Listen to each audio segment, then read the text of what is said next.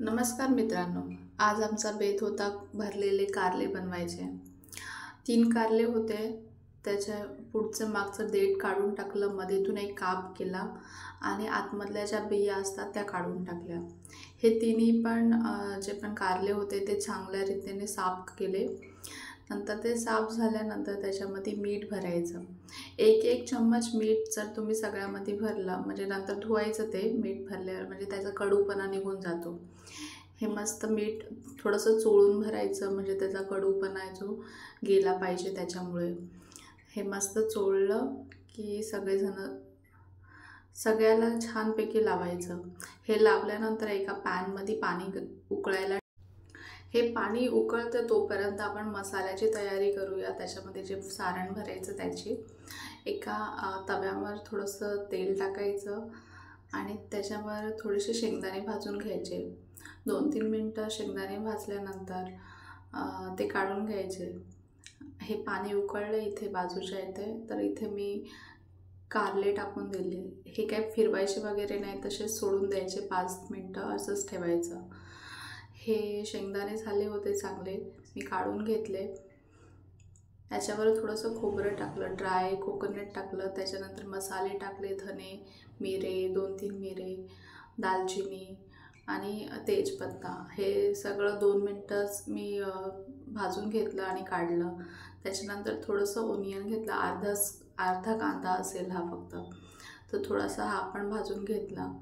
हा भाजून झाल्यानंतर हे जे कारले टाकले होते ते शिजले का नाही पाहिले. अजून थोडे 2-3 मिनटं ठेवायची गरज होती. मिक्सरच्या भांड्यामध्ये हा मसाला थोडासा वाटून घेतला. याच्यामध्ये कोरिअँडर टाकली आणि थोडीशी चांगली थिकवाली पेस्ट असते ते बनवायची. हे चेक केलं, कारले झाले होते ऑलमोस्ट, तर मी काढून ठेवले. हे काढायचे आणि थोडेसे थंड होऊ द्यायचे. ही पेस्ट झाली रेडी. ही पेस्ट मस्त छान झाली होती. मग मी हे जे कारले थोडेसे थंड झाल्यानंतर हे धुवून घेतले. हे चांगले 2-3 पाण्याने छान धुवून घ्यायचे. याच्यातला आतमधला गर असा दिसला पाहिजे. मग मी ही जी पेस्ट आहे ती एका प्लेटमध्ये काढली. याच्यामध्ये मीठ, हळद, तिखट हे सर्व टाकलं. थोडंसं जिरंही टाकून द्यायचं आणि हे मस्त मिक्स करून घ्यायचं. हातानेच मिक्स करा म्हणजे ते छान मिक्स होतं. मिक्स झाल्यानंतर हे एका कारल्यामध्ये आतमध्ये भरायचं. हे मस्त त्याच्यामध्ये मावलं जातं आणि ह्याचं असं रॅपसारखं करून ठेवून द्यायचं. मी ते एक करून तिघांना पण लावून घेतलं आणि हे कारले ठेवले.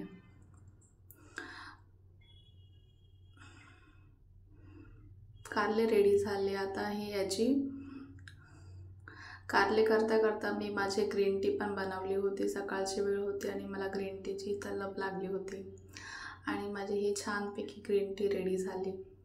पिता पिता भाजी बनवलं.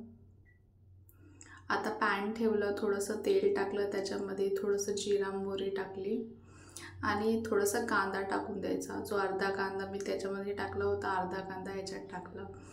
कांदा थोडासा झाल्यानंतर त्याच्यामध्ये जे कारले टाकले होते ते टाकून द्यायचे. याला काही हलवायचं वगैरे नाही, जसं सलग ठेवलं जातं तसं ठेवायचं. ऑलमोस्ट ते अर्धे कुक झाले होते जे आपण वाफून घेतले त्याच्यामुळे. येथे बाजूला माझ्या मुलाला मॅगीची तलब लागली होती म्हणून मी मॅगी बनवायला रेडी केली.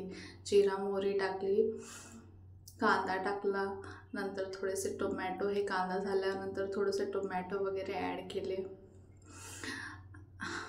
आणि ते थोडंसं त्याच्यात मीठ टाकायचं म्हणजे ते टोमॅटो लवकर होतात. त्याच्याच बाजूला मी थोडंसं चेक केलं हे कारले झाले का, तर अजून 2 मिनटं ठेवायचे होते. मग अजून 2 मिनटं हे ठेवले.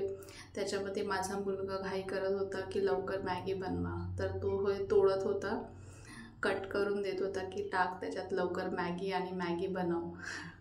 त्याची खूपच घाई सुरू होती या सकाळच्या वेळामध्ये. त्याला पण ब्रेकफास्ट करायचा होता. ही ऑलमोस्ट ह्याच्यामध्ये मॅगीच्या ह्याच्यामध्ये मी 2 ग्लास पाणी टाकलं आणि हे चांगले उकळू दिले. पाण्यामध्येच मी मसाला टाकते, मॅगीचा मसाला, म्हणजे तो चांगला पसरला जातो. ह्याच्यामध्ये मी बॉईल झाल्यानंतर मसाले ॲड केले मसाला ॲड केल्यावर तो थोडासा फिरून घ्यायचा आणि त्याच्यामध्ये मॅगी टाकून द्यायची.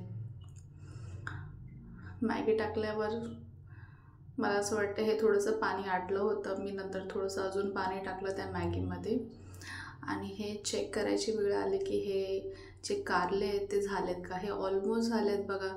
हे मस्त चांगल्यारीत्या हे जे मी जे स्पून टाकत होती ते छान जात होतं. तर हे काढून घेतलं मी आणि माझ्या टिफिनची भाजी आज रेडी